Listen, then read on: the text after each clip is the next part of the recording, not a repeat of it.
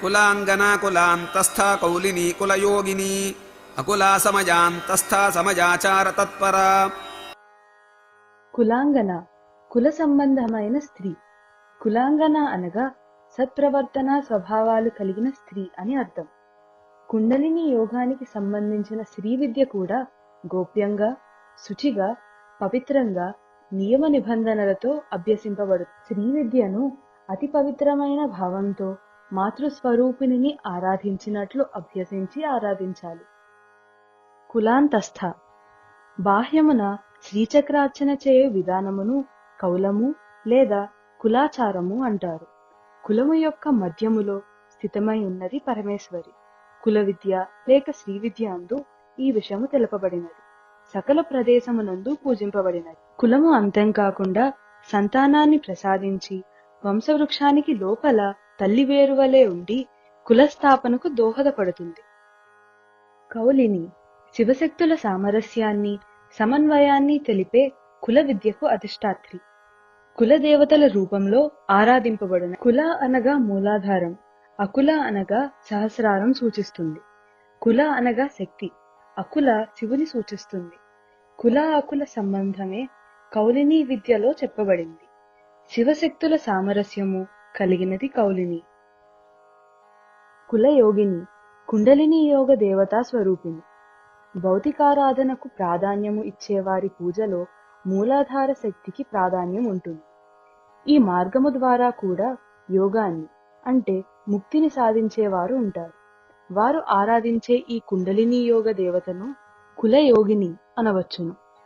కులామృతైక రసిక నామం దగ్గర నుండి కులయోగిని నామం వరకు గల 6 నామాలు కౌలాచారమునకు ప్రాధాన్యం వహించే బహిర్గత పద్ధతికి సంబంధించిన నామాలు చెప్పబడ్డాయి. అకుల అకుల స్వరూపురాలు లేదా కులము లేనిది. అకుల స్వరూపురాలు కుల మార్గం అనగా షట్చక్రములు ఉన్న దారి. అటుపైన సహస్రార చక్రమును అకులం అంటారు.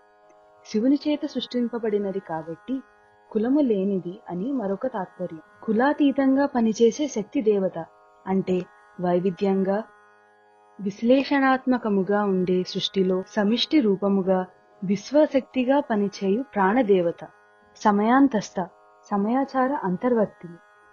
సమయాచారమనగా మానస పూజ లేదా అంతర్గత ఉపాసన.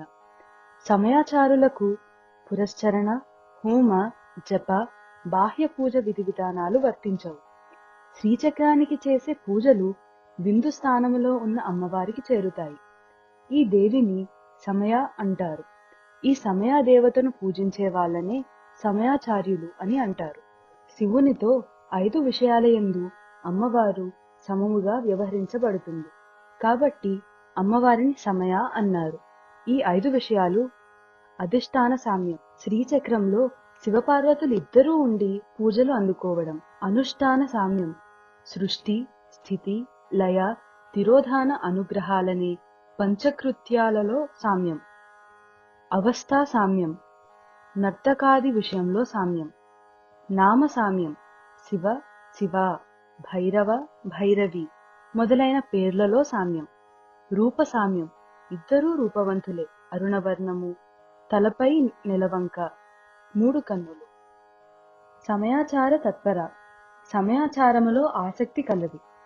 ఈ సమయాచారంలో అంతర్ముఖ ధ్యానం, దీక్ష, శ్రద్ధ, ఏకాగ్రత ప్రాధాన్యం వహిస్తారు. శరీరంలో ఉండే షట్చక్రాలతో శ్రీచక్ర స్వరూప సమన్వయము ఈ పద్ధతి యొక్క ధ్యేయం.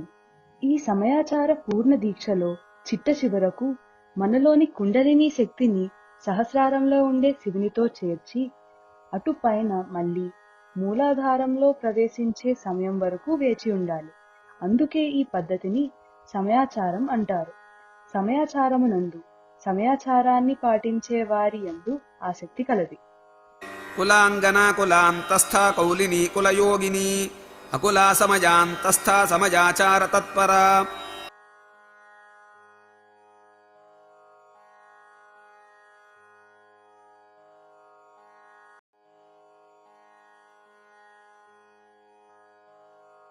మూలాధారైక నిలజా బ్రహ్మ గ్రంథి విభేదిని మణిపూరాంత రుదిరా విష్ణు గ్రంథి విభేదిని. మూలాధారైక నిలయ. మూలాధార చక్రమే ముఖ్యమైన నివాసముగా గలది. మన శరీరంలో వెన్నుముక క్రింద కొన వద్ద ఉండే చక్రాన్ని మూలాధార చక్రం అంటారు. శిరస్సు నుండి పాదాల వరకు 27 నక్షత్రాలని న్యాసం చేస్తే వెన్నుముక క్రింద కొన వద్ద మూలా నక్షత్రం వస్తుంది. అందువల్ల ఈ చక్రాన్ని మూలాధార చక్రం అన్నారు. భౌతికమైన బలానికి ఆధారం అవ్వడం వల్ల మూలాధార చక్రం అన్నారు. మనలోని పృథివీ తత్వాన్ని నియంత్రణ చేసే చక్రం మూలాధార చక్రం. కుండలిని శక్తి రూపంలో ఉండే అమ్మవారు 3.5 చుట్లుగా చుట్టుకొని ఇక్కడ నిద్రిస్తూ ఉంటారు. అందుకే ఈ చక్రం అమ్మవారి నివాస స్థానం. బ్రహ్మ గ్రంథి విభేదిని. బ్రహ్మ గ్రంథిని విడగొట్టునది. వెన్నుముక వెంబడి ఉండే 6 చక్రాలలో మూలాధార, స్వాదిష్టాన చక్రాలపైన ఉండేది బ్రహ్మ గ్రంథి. అంతరిక్షం నుండి అణువు వరకు రూపొందించే శక్తికి సంకేతమే బ్రహ్మ. గ్రంథి అంటే ముడి. బ్రహ్మ రజోగుణ ప్రాధాన్యం వహించే శక్తి కలిగినవాడు. కళ్ళకు కనపడేది తప్ప ఇతరములు లేవు అనే అజ్ఞానానికి సంబంధించిన ముడి రజోగుణం వలన ఏర్పడుతుంది. ఈ అజ్ఞానానికి సంబంధించిన ముడి విడతీసేది అమ్మవారు. మణిపూరాంత రుదిత. మణిపూర చక్రము యొక్క లోపల నుండి ఉదయించినది లేదా ప్రకటమగుచున్నది. మణిపూర చక్రం నాభి వద్ద ఉంటుంది. దీనిని కుండలినీ యోగమందు 10 దళముల పద్మములాగా భావిస్తారు. తల్లి బిడ్డలను కలిపే భౌతిక బంధముగా నాభి ఉంటుంది. పిండోత్పత్తి, అభివృద్ధి ఈ చక్రం వల్లే జరుగుతుంది. సృష్టి నిర్మాణంలో కూడా విశ్వపురుషుని నాభి నుండి బ్రహ్మ ఉద్భవించడం జరుగుతుంది. ఆ బ్రహ్మ ద్వారా సృష్టి నిర్మాణం జరుగుతుంది. ప్రతి ఉత్పత్తికి ఆధారం అమ్మవారు కనుక మణిపూరమందు అమ్మవారు ప్రకటమగుచున్నది. విష్ణు గ్రంథి విభేదిని. విష్ణు గ్రంథిని విడగొట్టునది. బ్రహ్మ గ్రంథి విభేదం తర్వాత భౌతికమైనదంతా మాయ అని తెలుస్తుంది. సూక్ష్మ శరీర జ్ఞానం కలుగుతుంది. కాని ఈ మాయ ఎవరిది, ఎందుకు అని తెలియదు. అదే విష్ణుమాయ. ఈ స్థితి అర్థం కావాలంటే విష్ణు గ్రంథి విభేదం జరగాలి. విష్ణు గ్రంథి అనాహత చక్రానికి కొద్దిగా పైన ఉంటుంది. విష్ణు గ్రంథి విభేదం అయినప్పుడు సూక్ష్మ శరీరం కంటే వేరుగా కారణ శరీరం ఉన్నదని తెలుస్తుంది. విష్ణు గ్రంథి విభేదం తరువాత మనలోని మాయను పోగొట్టి ఉత్సాహ స్థితిలో ఉంచుతుంది అమ్మవారు. మూలాధారైక నిలయా బ్రహ్మ గ్రంథి విభేదిని. మణిపూరాంత రుదిరా విష్ణు గ్రంథి విభేదిని.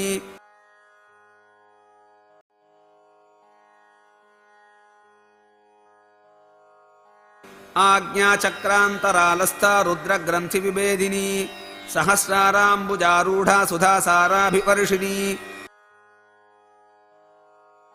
ఆజ్ఞాచక్రాంతరాలస్థ. ఆజ్ఞాచక్రము యొక్క మధ్యలో ఉండినది. వెన్నుముకలోని సుషుమ్నా మార్గంలో ఉండే షట్చక్రాల వరుసలో ఇది క్రింది నుండి 6వ చక్రం. ఇది భ్రూమధ్య స్థానంలో ఉంటుంది. ఈ చక్రాన్ని 2 దళాల పద్మముతో సంకేతిస్తారు. ఈ 2 దళాలు హ, క్ష బీజాక్షరాలను సూచిస్తాయి. ఈ చక్రం యొక్క అధిష్టాన దేవత పేరు సిద్ధమాత. రుద్రగ్రంథి విభేదిని. రుద్రగ్రంథిని విడగొట్టునది. ఆజ్ఞాచక్రస్థాన ప్రాంతంలో కొద్దిగా పైన ఈ గ్రంథి ఉంటుంది. త్రినేత్రత్వం రావాలి అంటే ఇక్కడ ఉండే 3వ నేత్రం పనిచేయడం ప్రారంభించాలి. ఇది జరగాలంటే రుద్రగ్రంథి విభేదనం జరగాలి. అలా జరిగితే జ్ఞానోదయమై సృష్టి రహస్యాలు అర్థమవుతాయి. సహస్రాంబుజారూఢ 1000 దళముల పద్మమును అధిష్ఠించి ఉన్నది. వెన్నుముకలో సుషుమ్నా మార్గంలో ఉండే షట్చక్రాలకు పైన బ్రహ్మరంధ్రానికి క్రింద ఉండే చక్రాన్ని సహస్రార చక్రము అంటారు. దీనిని 1000 దళముల పద్మముతో పోలుస్తారు. ఈ పద్మము అనంతమైన విజ్ఞాన, ప్రకాశ, ప్రసార కేంద్రం.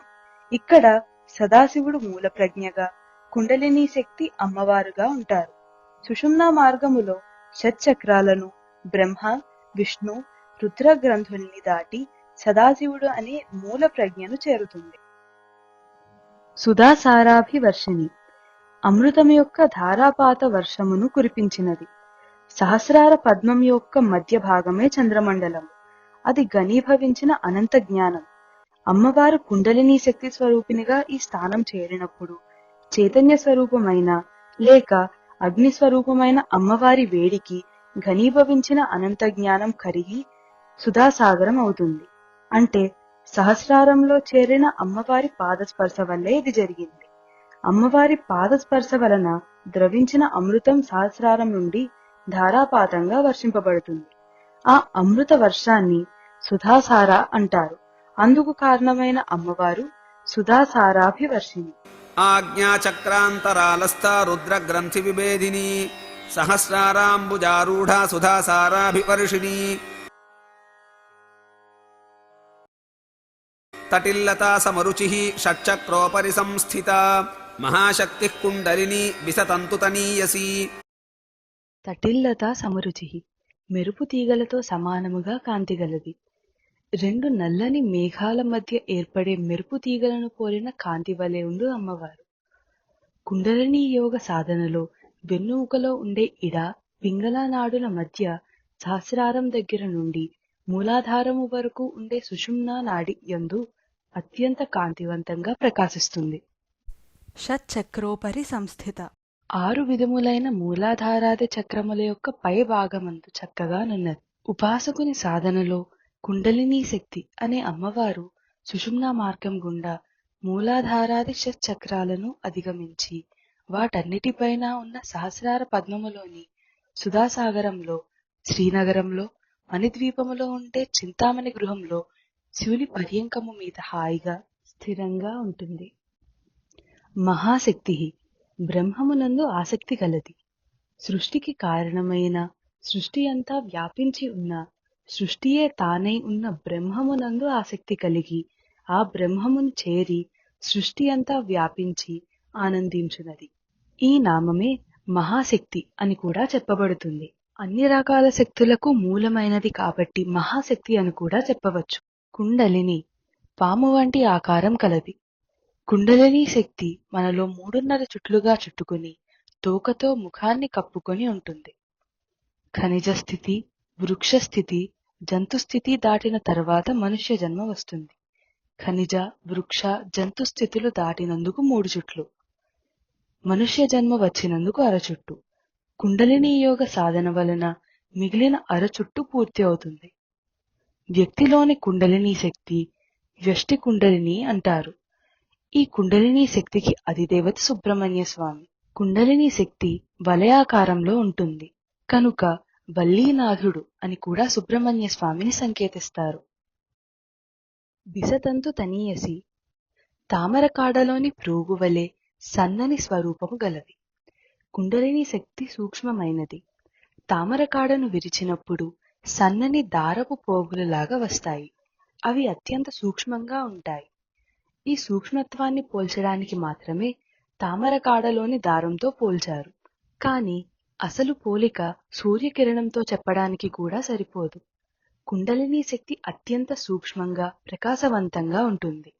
బ్రహ్మ పద్మములోంచి పుట్టాడు కాబట్టి బిసాపదం బ్రహ్మను సూచిస్తుంది. తంతు సూత్రాన్ని అంటే దారాన్ని సూచిస్తుంది. అంటే పద్మం నుంచి వచ్చిన దారం. తనీయసి అంటే సూక్ష్మమైనది. తటిల్లతా సమరుచి షట్చక్రోపరి సంస్థిత మహాశక్తి కుండలిని విసతంతుతనీయసి.